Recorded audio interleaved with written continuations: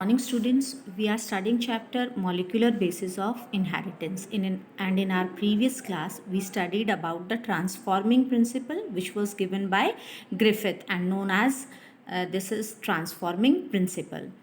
Now at that time it was proved by Griffith that DNA is the genetic material, but all of the biologists didn't agree with this thing, and so the proof for DNA is the genetic material was later on then proved by Alfred Hershey and Martha Chase, and that's why this experiment is known as Hershey and Chase.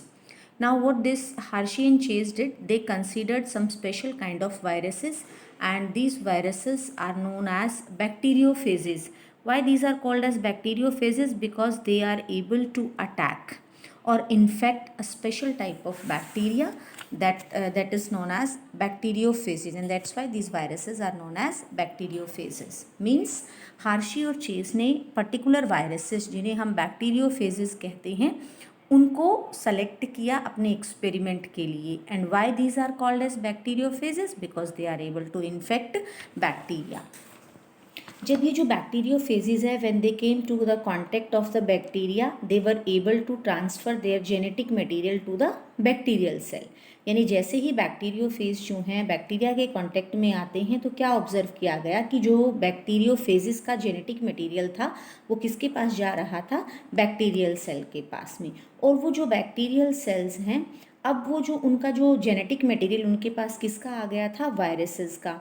And now the bacterial cells having genetic material of viruses were able to produce more and more cells, new cells having the genetic material of viruses. यानी cell तो bacteria की है, लेकिन genetic material किसका आ गया? Bacteriophage virus का.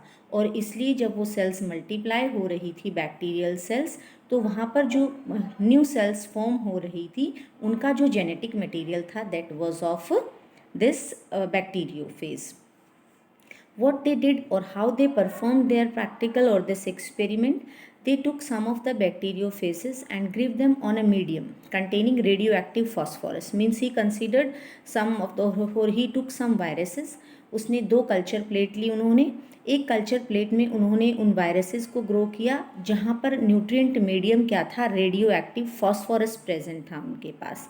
और जो दूसरा जो न्यूट्रिएंट मीडियम था वो क्या था? Radio active sulphur. So means अगर ये यहाँ पर टू कल्चर प्लेट कंसीडर की गई जिसमें बैक्टीरियोफेजेस यानी वायरसेस को ग्रो किया गया. अब जो ये वायरसेस थे, some of the viruses were grown on the radio active phosphorus and some of the viruses were grown on radio active sulphur. अब क्या देखा गया?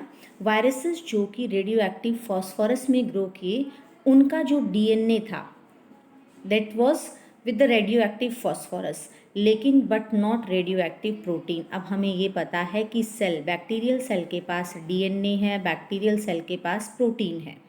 तो जब वायरसेस को वहाँ ग्रो किया गया उस कल्चर प्लेट के अंदर, तो उसमें क्या देखा गया कि जो वायरसेस जो कि रेडियो एक्टिव फॉस्फोरस पर ग्रो हुए थे उनका जो डीएनए था वो रेडियो एक्टिव था, लेकिन उनका जो प्रोटीन है वो रेडियो एक्टिव नहीं था. Why? Because DNA contains phosphorus but protein does not. Similarly, in the same way, viruses grown on radioactive sulfur contained radioactive protein but not radioactive DNA because DNA does not contain sulfur. जैसा कि अब हम we will be able to differentiate or understand this thing with the diagram. This diagram is given here. What is being done? This is a bacteriophage. इस bacteriophage को हमने grow किया है एक कल्चर प्लेट में, और वो जो कल्चर प्लेट है वहाँ पर radio active labelled protein capsule हैं. यानी कि यहाँ पर जो सल्फ़र है वो सल्फ़र रेडियो एक्टिव है और किसके पास है? वो प्रोटीन के पास. And in the second diagram what we are able to see, जो बैक्टीरियोफेज है जहाँ पर उसको ग्रो किया गया था, जिसके कारण उसका जो डीएनए है that contains the radio active substance phosphorus.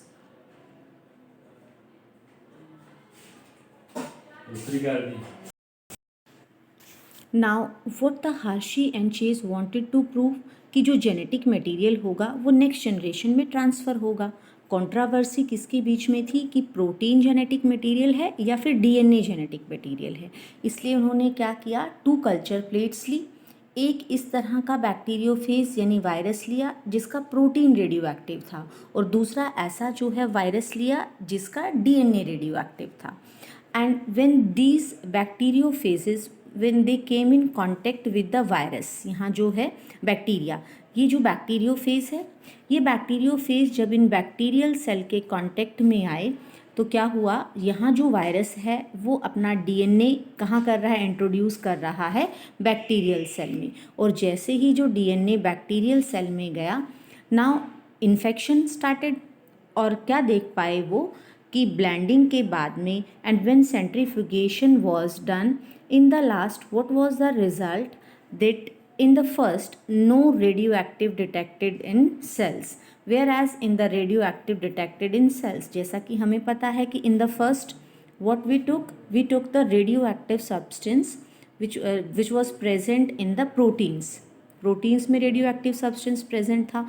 और क्योंकि प्रोटीन जेनेटिक मटेरियल नहीं है, इसलिए जो डीएनए था वहाँ पर वो मॉडिफाई नहीं हुआ. सेल्स के पास कोई जो है रेडियो एक्टिव सब्सटेंस प्रेजेंट नहीं था डीएनए में.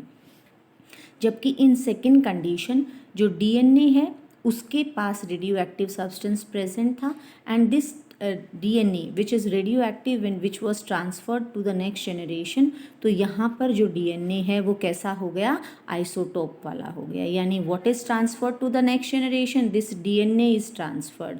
एंड दिस डीएनए, यहाँ प्रोटीन अगर होता जेनेटिक मटेरियल तो ये सेल्स भी क्या हो जाती, रेडियो एक्टिव हो जाती. लेकिन because protein is not the genetic material, that's why there was no radioactive substance present in the first case, whereas the second case contains radioactive substance because it was present in the DNA.